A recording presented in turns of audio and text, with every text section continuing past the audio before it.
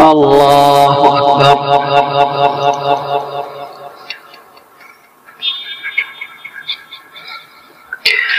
الحمد لله رب العالمين الرحمن الرحيم مالك يوم الدين إياك نعبد وإياك نستعين اهدنا الصراط المستقيم صراط الذين أنعمت عليهم غير المغضوب عليهم ولا الضالين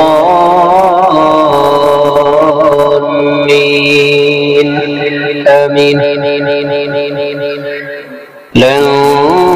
تنالوا البر حتى تنفقوا مما تحبون وما تنفقوا من شيء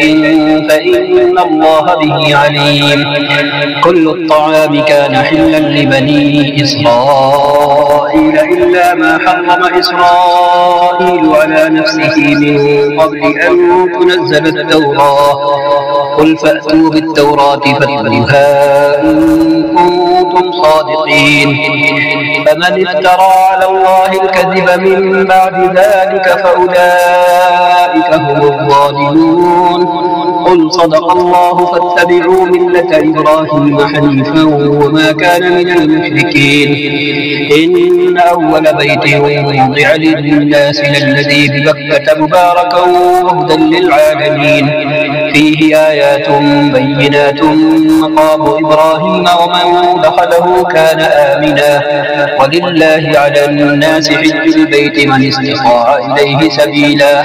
ومن كفر فإن الله غني عن العالمين. قل يا أهل الكتاب لم تكفرون بآيات الله والله شهيد على ما تعملون. قل يا أهل الكتاب لم تصدون عن سبيل الله من آمن تبغونها عوجا وأنتم شهداء وما الله بغافل عما تعملون. يا أيها الذين آمنوا إن تطيعوا فريقا من الذين أوتوا الكتاب يردوكم بعد إيمانكم كافرين.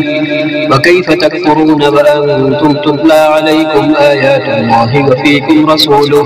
ومن يعتصم بالله فقد هدي إلى صراط مستقيم. يا أيها الذين آمنوا اتقوا الله حق تقاته ولا تموتن إلا وأنتم مسلمون. واعتصموا بحبل الله جميعا ولا تفرقوا. واذكروا نعمة الله عليكم إذ كنتم أعداء فألف بين قلوبكم فأصبحتم بنعمته إخوانا وكنتم على شفا حفرة من النار فأنقذكم منها. كذلك يبين الله لكم آياته لعلكم تهتدون. ولتكن منكم أمة يدعون إلى الخير ويأمرون بالمعروف وينهون عن المنكر وأولئك هم المفلحون. ولا تكونوا كالذين تفرقوا واختلفوا من بعد ما جاءهم البينات وأولئك لهم عذاب عظيم. يوم تبيض وجوه وتسود وجوه فأما الذين اسودت وجوههم أكفرتم بعد إيمانكم فذوقوا العذاب بما كنتم تكفرون. وأما الذين ابيضت وجوههم ففي رحمة الله هم فيها خالدون. تلك آيات الله نتلوها عليك بالحق وما الله يريد ظلما للعالمين. ولله ما في السماوات وما في الأرض وإلى الله ترجع الأمور.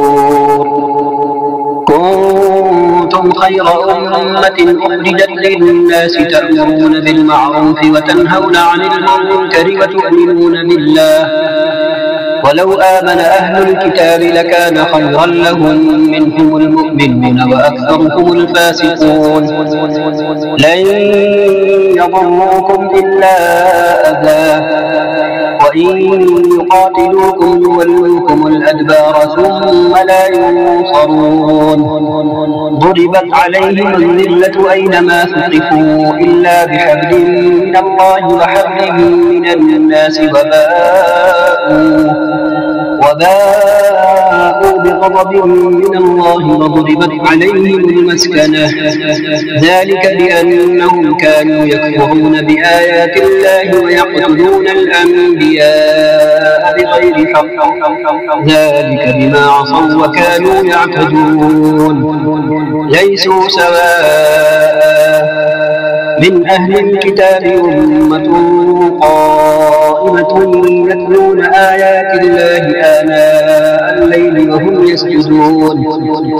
يؤمنون بالله واليوم الآخر ويأمرون بالمعروف وينهون عن المنكر ويسارعون في الخيرات وأولئك من الصالحين وما يفعلوا من خير فلن يكفروه والله عليم بالمتقين إن الذين كفروا لن تغني عنهم أموالهم ولا أولادهم من الله شيئا وأولئك أصحاب النار هم فيها خالدون مثل ما ينفقون في هذه الحياة الدنيا كمثل ريح فيها صر أصابت حرث قوم ظلموا أنفسهم فأهلكت وما ظلمهم الله ولكن أنفسهم يظلمون يا أيها الذين آمنوا لا تتخذوا بطانة من دونكم لا يألونكم خبالا ودوا ما عنتم قد بدت البغضاء من أفواههم وما تخفي صدورهم أكبر قد بينا لكم الآيات إن كنتم تعقلون أنتم تحبونهم ولا يحبونكم وتؤمنون بالكتاب كله وإذا لقوكم قالوا آمنا وإذا خلوا عضوا عليكم الأنامل من الغيظ قل موتوا بغيظكم إن الله عليم بذات الصدور إن تمسسكم حسنة تسؤهم وإن تصبكم سيئة يفرحوا بها وإن تصبروا وتتقوا لا يضركم كيدهم شيئا إن الله بما يعملون محيط وإذ غدوت من أهلك تبوئ المؤمنين مقاعد للقتال والله سميع عليم إذ هم طائفتان منكم أن تفشلا والله وليهما وعلى الله فليتوكل المؤمنون ولقد نصركم الله ببدر وأنتم أذلة فاتقوا الله لعلكم تشكرون إذ تقول للمؤمنين ألن يكفيكم أن يمدكم ربكم ب3,000 من الملائكة منزلين بلى إن تصبروا وتتقوا ويأتوكم من فورهم هذا يمددكم ربكم ب5,000 من الملائكة مسومين وما جعله الله إلا بشرى لكم ولتطمئن قلوبكم به وما النصر إلا من عند الله العزيز الحكيم ليقطع طرفا من الذين كفروا أو يكبتهم فينقلبوا خائبين ليس لك من الأمر شيء أو يتوب عليهم أو يعذبهم فإنهم ظالمون ولله ما في السماوات وما في الأرض يغفر لمن يشاء ويعذب من يشاء والله غفور رحيم يا أيها الذين آمنوا لا تأكلوا الربا أضعافا مضاعفة واتقوا الله لعلكم تفلحون واتقوا النار التي أعدت للكافرين وأطيعوا الله والرسول لعلكم ترحمون وسارعوا إلى مغفرة من ربكم وجنة عرضها السماوات والأرض أعدت للمتقين الذين ينفقون في السراء والضراء والكاظمين الغيظ والعافين عن الناس والله يحب المحسنين والذين إذا فعلوا فاحشة أو ظلموا أنفسهم ذكروا الله فاستغفروا لذنوبهم ومن يغفر الذنوب إلا الله ولم يصروا على ما فعلوا وهم يعلمون أولئك جزاؤهم مغفرة من ربهم وجنات تجري من تحتها الأنهار خالدين فيها ونعم أجر العاملين قد خلت من قبلكم سنن فسيروا في الأرض فانظروا كيف كان عاقبة المكذبين هذا بيان للناس وهدى وموعظة للمتقين ولا تهنوا ولا تحزنوا وأنتم الأعلون إن كنتم مؤمنين إن يمسسكم قرح فقد مس القوم قرح مثله وتلك الأيام نداولها بين الناس وليعلم الله الذين آمنوا ويتخذ منكم شهداء والله لا يحب الظالمين وليمحص الله الذين آمنوا ويمحق الكافرين أم حسبتم أن تدخلوا الجنة ولما يعلم الله الذين جاهدوا منكم ويعلم الصابرين ولقد كنتم تمنون الموت من قبل أن تلقوه فقد رأيتموه وأنتم تنظرون وما محمد إلا رسول قد خلت من قبله الرسل أفإن مات أو قتل انقلبتم على أعقابكم ومن ينقلب على عقبيه فلن يضر الله شيئا وسيجزي الله الشاكرين وما كان لنفس أن تموت إلا بإذن الله كتابا مؤجلا ومن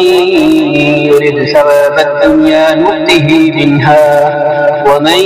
يرد ثواب الآخرة نؤته منها وسنجزي الشاكرين وكأي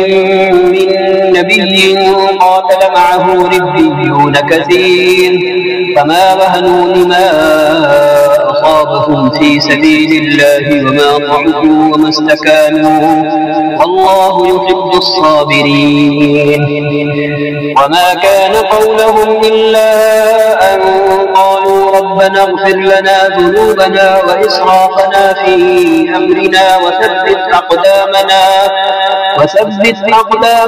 وانصرنا على القوم الكافرين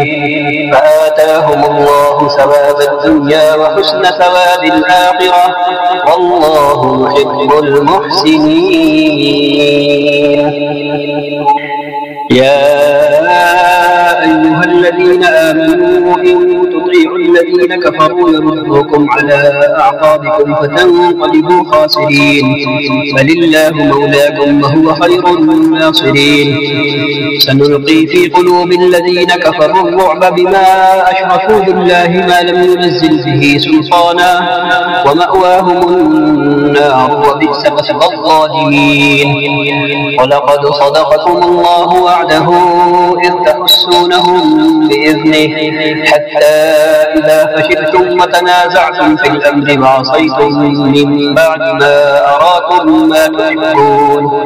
منكم من يريد الدنيا ومنكم من يريد الآخرة ثم صرفكم عنهم ليبتليكم ولقد عفا عنكم والله ذو فضل على المؤمنين إذ تصعدون ولا تلوون على أحد والرسول يدعوكم في أخراكم فأثابكم غما بغم لكي لا تحزنوا على ما فاتكم ولا ما أصابكم والله خبير بما تعملون ثم أنزل عليكم من بعد الغم أمنة نعاسا يغشى طائفة منكم وطائفة قد أهمتهم أنفسهم يظنون بالله غير الحق ظن الجاهلية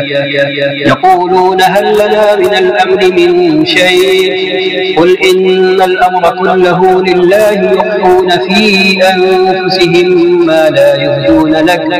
يقولون لو كان لنا من الأمر شيء ما قتلنا هاهنا قل لو كنتم في بيوتكم لبرز الذين كتب عليهم القتل إلى مضاجعهم وليبتلي الله ما في صدوركم وليمحص ما في قلوبكم والله عليم بذات الصدور إن الذين تولوا منكم يوم التقى الجمعان إنما استزلهم الشيطان ببعض ما كسبوا ولقد عفا الله عنهم إن الله غفور حليم يا أيها الذين آمنوا لا تكونوا كالذين كفروا وقالوا لإخوانهم إذا ضربوا في الأرض أو كانوا غزا لو كانوا عندنا ما ماتوا وما قتلوا ليجعل الله ذلك حسرة في قلوبهم والله يحيي ويميت والله بما تعملون بصير ولئن قتلتم في سبيل الله أو متم لمغفرة من الله ورحمة خير مما يجمعون ولئن متم أو قتلتم لإلى الله تحشرون فبما رحمة من الله لنت لهم ولو كنت فظا غليظ القلب لانفضوا من حولك فاعف عنهم واستغفر لهم وشاورهم في الأمر فإذا عزمت فتوكل على الله إن الله يحب المتوكلين إن ينصركم الله فلا غالب لكم وإن يخذلكم فمن ذا الذي ينصركم من بعده وعلى الله فليتوكل المؤمنون وما كان لنبي أن يغل ومن يغدر يأت بما غل يوم القيامة ثم توفى كل نفس ما كسبت وهم لا يظلمون أفمن اتبع رضوان الله كمن باء بسخط من الله ومأواه جهنم وبئس المصير هم درجات عند الله والله بصير بما يعملون لقد من الله على المؤمنين إذ بعث فيهم رسولا من أنفسهم يتلو عليهم آياته ويزكيهم ويعلمهم الكتاب والحكمة وإن كانوا من قبل لفي ضلال مبين أولما أصابتكم مصيبة قد أصبتم مثليها قلتم أنى هذا قل هو من عند أنفسكم إن الله على كل شيء قدير وما أصابكم يوم التقى الجمعان فبإذن الله وليعلم الذين نافقوا وقيل لهم تعالوا قاتلوا في سبيل الله يدفعوا قالوا لو نعلم قتالا لاتبعناكم هم للكفر يومئذ أقرب منهم للإيمان يقولون بأفواههم ما ليس في قلوبهم والله أعلم بما يكتمون الذين قالوا لإخوانهم قعدوا لو أطاعونا ما قتلوا قل فادرءوا عن أنفسكم الموت إن كنتم صادقين ولا تحسبن الذين قتلوا في سبيل الله أمواتا بل أحياء عند ربهم يرزقون فرحين بما آتاهم الله من فضله ويستبشرون بالذين لم يلحقوا بهم من خلفهم ألا خوف عليهم ولا هم يحزنون يستبشرون بنعمة من الله وفضل وأن الله لا يضيع أجر المؤمنين الذين استجابوا لله والرسول من بعد ما أصابهم القرح للذين أحسنوا منهم واتقوا أجر عظيم الذين قال لهم الناس إن الناس قد جمعوا لكم فاخشوهم فزادهم إيمانا وقالوا حسبنا الله ونعم الوكيل فانقلبوا بنعمة من الله وفضل لم يمسسهم سوء واتبعوا رضوان الله والله ذو فضل عظيم إنما ذلكم الشيطان يخوف أولياءه فلا تخافوهم وخافون إن كنتم مؤمنين ولا يحزنك الذين يسارعون في الكفر إنهم لن يضروا الله شيئا يريد الله ألا يجعل لهم حظا في الآخرة ولهم عذاب عظيم إن الذين اشتروا الكفر بالإيمان لن يضروا الله شيئا ولهم عذاب أليم ولا يحسبن الذين كفروا أنما نملي لهم خير لأنفسهم إنما نملي لهم ليزدادوا إثما ولهم عذاب مهين ما كان الله ليذر المؤمنين على ما أنتم عليه حتى يميز الخبيث من الطيب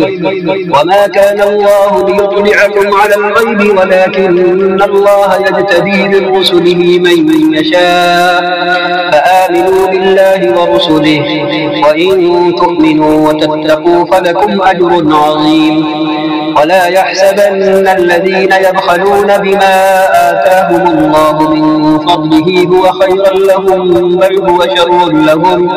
سيطوقون ما بخلوا به يوم القيامة ولله ميراث السماوات والأرض والله بما تعملون خبير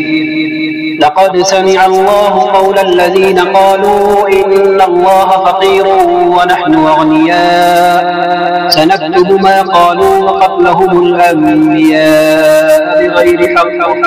ونقول ذوقوا عذاب الحريق ذلك بما قدمت أيديكم وأن الله ليس بظلام للعبيد الذين قالوا إن الله عهد إلينا ألا نؤمن لرسول حتى يأتينا بقربان تأكله النار قل قد جاءكم رسل من قبلي بالبينات وبالذي قلتم فلم قتلتموهم إن كنتم صادقين فإن كذبوك فقد كذب رسل من قبلك جاءوا بالبينات والزبر والكتاب المنير كل نفس ذائقة الموت كل نفس ذائقة الموت وإنما توفون أجوركم يوم القيامة فمن زحزح عن النار وأدخل الجنة فقد فاز وما الحياة الدنيا إلا متاع الغرور لتبلون في أموالكم وأنفسكم ولتسمعن من الذين أوتوا الكتاب من قبلكم ومن الذين أشركوا أذى كثيرا وإن تصبروا وتتقوا فإن ذلك من عزم الأمور وإذ أخذ الله ميثاق الذين أوتوا الكتاب لتبيننه للناس ولا تكتمونه فنبذوه وراء ظهورهم واشتروا به ثمنا قليلا فبئس ما يشترون. لا تحسبن الذين يفرحون بما أتوا ويحبون أن يحمدوا بما لم يفعلوا فلا تحسبنهم بمفازة من العذاب ولهم عذاب أليم. ولله ملك السماوات والأرض والله على كل شيء قدير. إن في خلق السماوات والأرض واختلاف الليل والنهار لآيات لأولي الألباب الذين يذكرون الله قياما وقعودا وعلى جنوبهم ويتفكرون في خلق السماوات والأرض ربنا ما خلقت هذا باطلا سبحانك فقنا عذاب النار. ربنا إنك من تدخل النار فقد أخزيته وما للظالمين من أنصار. ربنا إننا سمعنا مناديا ينادي للإيمان أن آمنوا بربكم فآمنا ربنا فاغفر لنا ذنوبنا وكفر عنا سيئاتنا وتوفنا مع الأبرار. ربنا وآتنا ما وعدتنا على رسلك ولا تخزنا يوم القيامة إنك لا تخلف الميعاد. فاستجاب لهم ربهم أني لا أضيع عمل عامل منكم من ذكر أو أنثى بعضكم من بعض فالذين هاجروا وأخرجوا من ديارهم وأوذوا في سبيلي وقاتلوا وقتلوا لأكفرن عنهم سيئاتهم ولأدخلنهم جنات تجري من تحتها الأنهار ثوابا من عند الله والله عنده حسن الثواب. لا يغرنك تقلب الذين كفروا في البلاد متاع قليل ثم مأواهم جهنم وبئس المهاد. لكن الذين اتقوا ربهم لهم جنات تجري من تحتها الأنهار خالدين فيها نزلا من عند الله وما عند الله خير للأبرار. وإن من أهل الكتاب لمن يؤمن بالله وما أنزل إليكم وما أنزل إليهم خاشعين لله لا يشترون بآيات الله ثمنا قليلا أولئك لهم أجرهم عند ربهم إن الله سريع الحساب. يا أيها الذين آمنوا اصبروا وصابروا ورابطوا واتقوا الله لعلكم تفلحون. يا أيها الناس اتقوا ربكم الذي خلقكم من نفس واحدة وخلق منها زوجها وبث منهما رجالا كثيرا ونساء واتقوا الله الذي تساءلون به والأرحام إن الله كان عليكم رقيبا. وآتوا اليتامى أموالهم ولا تتبدلوا الخبيث بالطيب ولا تأكلوا أموالهم إلى أموالكم إنه كان حوبا كبيرا. وإن خفتم ألا تقسطوا في اليتامى فانكحوا ما طاب لكم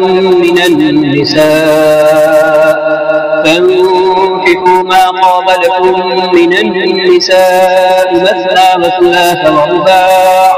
فإن خفتم ألا تعدلوا فواحدة أو ما ملكت أيمانكم ذلك أدنى ألا تعولوا. وآتوا النساء صدقاتهن نحلة فإن طبن لكم عن شيء منه نفسا فكلوه هنيئا مريئا. ولا تؤتوا السفهاء أموالكم التي جعل الله لكم قياما وارزقوهم فيها واكسوهم وقولوا لهم قولا معروفا وابتلوا اليتامى حتى